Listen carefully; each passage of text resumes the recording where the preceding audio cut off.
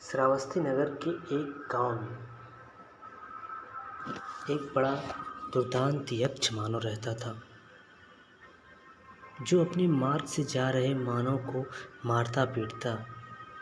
और वह जिस रास्ते जंगल में रहता था, वहाँ एक पीपल का वृक्ष था जिस पे वह वास करता था, जो नित्य उस रास्ते पर जाने वालों को जान से मारता था। लोग उसके भय से बड़े परेशान थे। उस गांव के लोग उस दुष्ट से पीछा छुड़ाने के लिए तथागत भगवान गौतम बुद्ध के पास गए। लोगों ने उस यक्ष मानव के बारे में विस्तार से तथागत गौतम बुद्ध को बताया। ऐसा सुन वहाँ पर जाने का निश्चय तथागत ने किया। गौतम बुद्ध ने उसी पीपल वृक्ष के नीचे अपना आसन लगा लिया और बैठ गए। उसने गौतम बुद्ध को बैठा देखा तो समझ गया कि मेरा शिकार आ गया। वह वृक्ष के नीचे उतरा और कटार लेकर बुद्ध से कहा, तुमको डर नहीं लगता? ये मेरा इलाका है, लोग मुझसे डरते हैं। बुद्ध मुस्कुराते हुए कहा कि डर से मैं ऊपर हूँ। पहले मुझे डर लगता था, लेकिन अब मुझे डर नहीं लगता है। क्या तुम अपनी आंखों के पलकों को डरा सकते हो जो अनकहे झपकती हैं? क्या तुम अपनी तेज चल रही सांसों को डरा सकते हो? मैं अपने सारे इच्छाओं को खत्म करके अपने राग द्वेष को डरा चुका हूँ। मैं दूसरा प्राणी हूँ। ये बात सुनकर यक्ष तथागत बुद्ध के मुख की तरफ देखता रहा और सोचता रहा कि यह कैसा प्राणी है जो मुझसे डर नहीं रहा है। उनके मुख के तेज को देखकर मंद मुग्ध हो गया। वो सोच रहा है कि कुछ लोग मेरे सामने आने और मुझे देखते ही मेरे भय के कारण अपना प्राण त्याग देते थे, लेकिन ये जो पुरुष मेरे सामने बैठा है, इसके अंदर कोई भय नहीं। इसके चेहरे पे इतनी चमक है, ये कैसे है? वो दोबारा फिर यक्ष मानव दहाड़ते हुए बोला, तुमको डर नहीं लगता? बुद्ध फिर मुस्कुराते हैं, बोलते हैं कि डर के मैं ऊपर हूँ। डर वो दुनिया का कोई डर नहीं है जो मुझे अब डरा सके। इन सब बातों को सुनकर यक्ष अपने आप में शून्य होने लगा। तथागत बुद्ध बोले कि क्या तुम अपनी इच्छाओं को डरा सकते हो? तुम्हारे अंदर जो क्रोध आता है, क्या तुम उसे डरा सकते हो? क्या तुम उसे रोक सकते हो? तथागत बुद्ध की बातें सुन यक्ष मानव तथागत बुद्ध के पैरों पर गिर पड़ा और तथागत पैरों पे गिर के वो हाथ जोड़ के उनके मुख की तरफ देख रहा था। बुद्ध बोले कि तुम भी ये मार्ग अपना सकते हो। बुद्ध के प्रवचन से प्रभावित होकर उसने आजीवन पंचशील सिद्धांतों पर चलने का निर्णय किया। अकारण न हिंसा करने का अपने मन में संकल्प लेता है और बुद्ध के मार्ग पर चलने का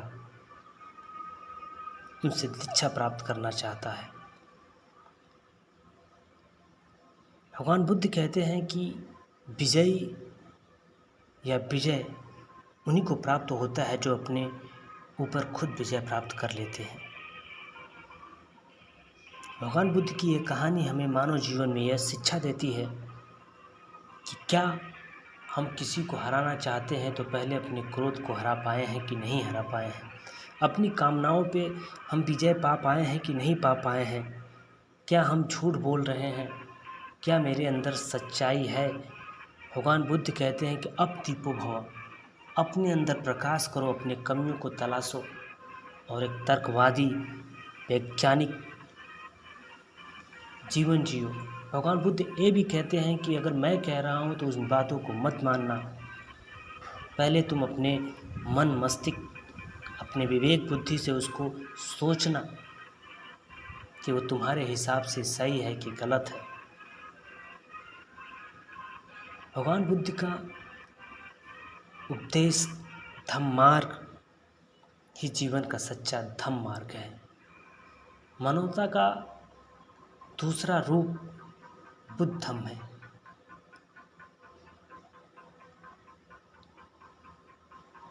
और ये सांसारिक जीवन ये निश्चय ही हर इंसान का एक दिन खत्म हो जाता है, लेकिन उनके साथ अपने साथ हो रहे नित्य परिवर्तन को नहीं देख पाते हैं। बुद्ध उसी को संकेत करते हैं। उन्होंने कहा सत्य की तरफ देखो, अपने आप को समझो। बुद्ध से एक बार एक शिष्य ने पूछा कि भगवान बुद्ध, आप बोलते हैं सबका मंगल हो, तो उससे क्या होता है? कहना उससे ये होता है सबसे पहले आपका मंगल होगा और आपकी दृष्टि जिन पे जाएगी उनका मंगल होगा और वो लोग आपका भी मंगल कामना सोचेंगे।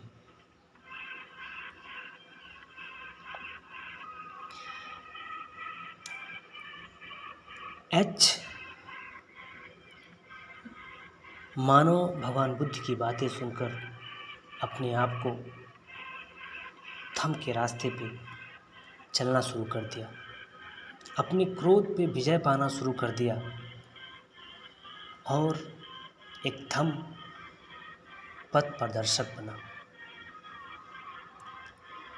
तो आज हमें धम्म की शिक्षा लेना बहुत ज़रूरी है। मानव का सच्चा धर्म बौद्ध धर्म है, बुद्ध दर्शन है। बुद्ध दर्शन को हमें समझना चाहिए। ये कहानी हमें अपने आप पे विजय प्राप्त करने की शिक्षा देती है। इन्हीं सब बातों के साथ हम ये भी कहना चाहते हैं कि भगवान बुद्ध इस पूरे एशिया को अपने ज्ञान से प्रकाशमय किया, तर्कवादी विज्ञानवादी सोच को स्थापित किया।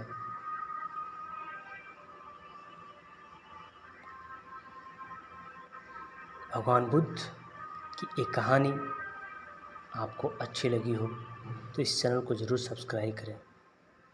सभी को नमो बुद्धाय, सबका मंगल हो।